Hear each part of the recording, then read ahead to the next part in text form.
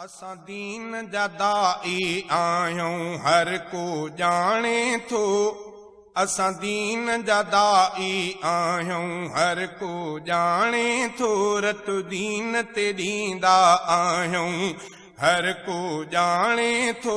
असां मजनू असां मजनू कुटीअ जा न आहियूं हर को जाने थो। असां दीन जा दाई आहियूं। वाट असांजी वहदत वारी वाट प्यारी। कब्रुनि जे आॾो न झुकऊं था झंडनि खे बाहूं न ॿधऊं था। झंडनि खे बाहूं न ॿधऊं था। असां शिरक जा ॾिंग था ड्रायूं हर को जाने थो। असां मजनू कुटीअ जा न आहियूं हर को जाने थो। असां दीन जा दाई आहियूं हर को जाने थो। रत दीन ते ॾींदा आहियूं हर को जाने थो। असां दीन जा दाई आहियूं। गैर जी बास न ॾींदा आहियूं गैर जी बास न खाईंदा आहियूं। न्याज़ जे भत ते कोन भॼऊं था गैरनि जी न सबील पियूं था।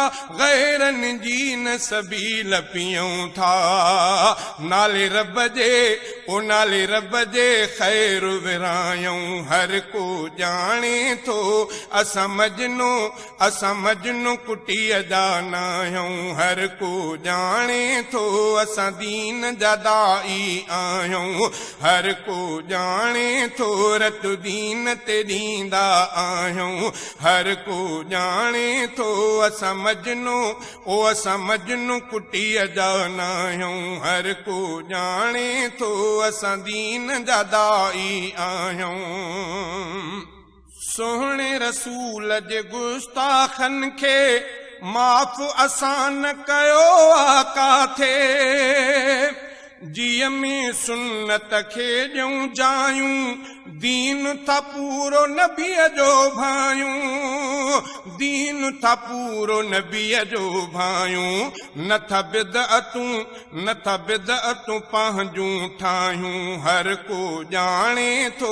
असां मजनू कुटीअ जा न आहियूं हर को जाने थो।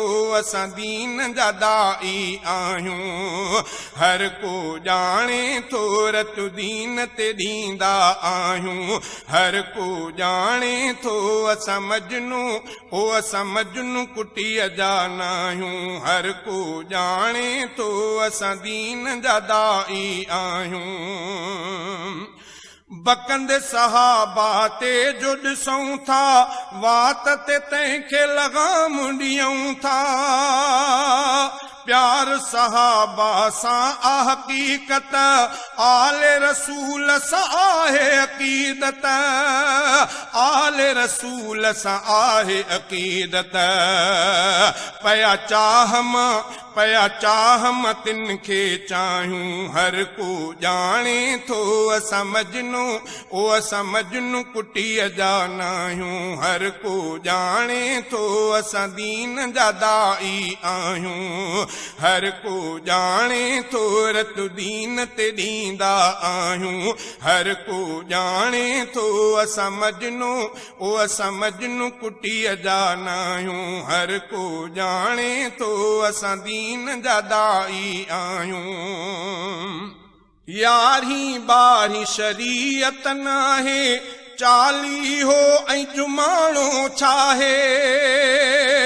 पीरनि ते पड़ कोन विछायूं ऐं न उते के मायूं नचायूं ऐं न उते के मायूं नचायूं।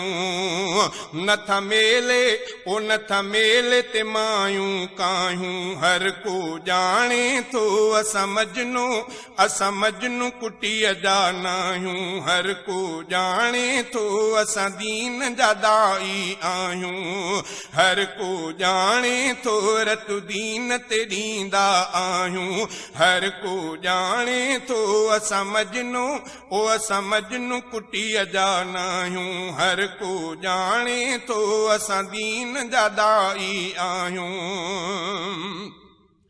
शहज़ादा हुजे जेॾो जाबिर हक़ कयूं तंहिं आॾो ज़ाहिर